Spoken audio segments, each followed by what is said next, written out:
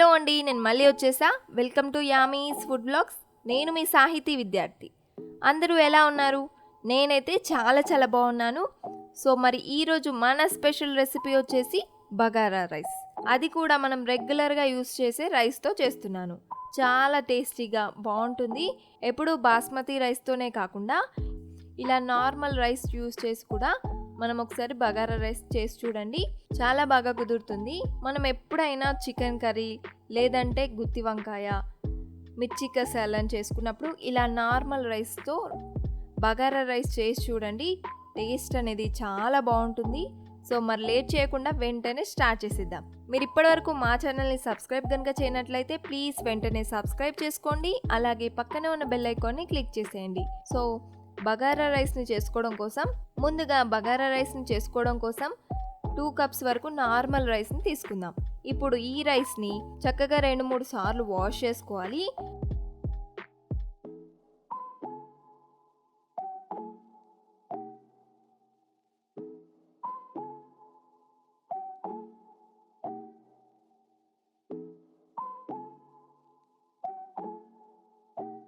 Two times wash చేసుకున్న తర్వాత మళ్ళీ ఇందులోకి రైస్ మునిగేంత వాటర్ని పోసుకొని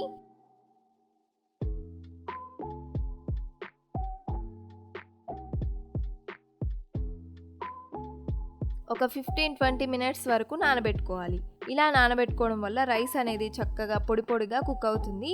ఆ తర్వాత ఇప్పుడు స్టవ్ ఆన్ చేసేసి ఒక పెద్ద బాండీని తీసుకోవాలి. తీసుకున్న తర్వాత మనకి రైస్ పట్టే అంత బాండీని తీసుకొని ఇప్పుడు ఈ బాండీలోకి కరిగించిన నెయ్యిని వేసుకోవాలి. ఇప్పుడు ఇందులోకి 2 టేబుల్ స్పూన్ వరకు ఆయిల్ని కూడా వేసుకుందాం. ఆయిల్ చక్కగా వేడైన తర్వాత ఇందులోకి మసాలా ఇంగ్రీడియంట్స్ని వేసుకుందాం. 2 బిర్యానీ ఆకు, 1 టీ స్పూన్ షాజీరా,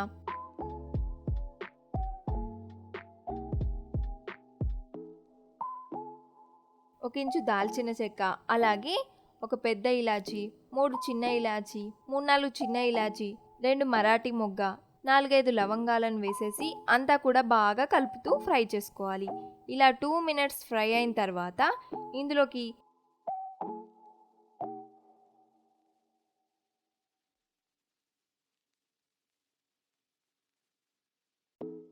2 పచ్చిమిర్చిని సన్నగా పొడుగ్గా కట్ చేసి వేసుకోండి. పచ్చిమిర్చి చక్కగా ఫ్రై అయిన తర్వాత ఇందులోకి 1 టీ స్పూన్ అల్లం వెల్లుల్లి పేస్ట్ని వేసుకోండి. అల్లం వెల్లుల్లి పేస్ట్ పచ్చివాసన పోయేంత వరకు కలుపుతూ ఫ్రై చేసుకోవాలి. ఆ తర్వాత ఇందులోకి 2 మీడియం సైజ్ ఆనియన్స్ని తీసుకొని సన్నగా పొడుగ్గా కట్ చేసుకొని ఇందులోకి యాడ్ చేసుకోండి. అంటే మనం పకోడీకి ఏ విధంగా కట్ చేసుకుంటామో అలా కట్ చేసుకొని ఇందులోకి యాడ్ చేసుకోవాలి. ఆనియన్స్ని వేసిన తర్వాత 2 మినిట్స్ ఫ్రై చేసుకోవాలి. స్టవ్ సిమ్లో పెట్టేసుకొని ఫ్రై చేసుకోండి. అలాగే ఇందులోకి చిన్న కట్ట వరకు పుదీనాను వేసుకోవాలి. ఇలా పుదీనాను వేసుకోవడం వల్ల మంచి ఫ్లేవర్ వస్తుంది.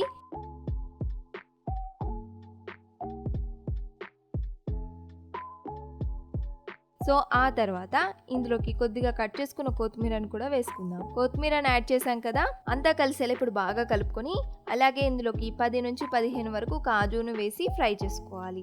కాజును వేసుకోవడం ఆప్షనల్, మీకు నచ్చితే వేసుకోండి, లేదంటే స్కిప్ చేసేయండి. కాజును వేసిన తర్వాత అంతా ఒకసారి కలుపుకొని మీ రుచికి సరిపోయేంత సాల్ట్ని యాడ్ చేసుకోండి. సాల్ట్ని వేసిన తర్వాత అంతా కలిసేలా బాగా కలుపుకొని ఇందులోకి వాటర్ని యాడ్ చేసుకోవాలి. మనం నార్మల్ రైస్ని 2 కప్స్ వరకు తీసుకున్నాం కదా, 2 కప్స్ నార్మల్ రైస్కి గాను 3.5 కప్ వాటర్ అయితే పర్ఫెక్ట్గా సరిపోతాయి. ఇప్పుడు 3.5 కప్ వాటర్ని యాడ్ చేసుకుందాం. వాటర్ని యాడ్ చేసిన తర్వాత ఈ వాటర్ని మరిగించుకోవాలి. స్టవ్ హై ఫ్లేమ్లో ఉంచేసి వాటర్ని మరిగించుకుందాం. 2 మినిట్స్ తర్వాత చూడండి వాటర్ మరుగుతున్నాయి.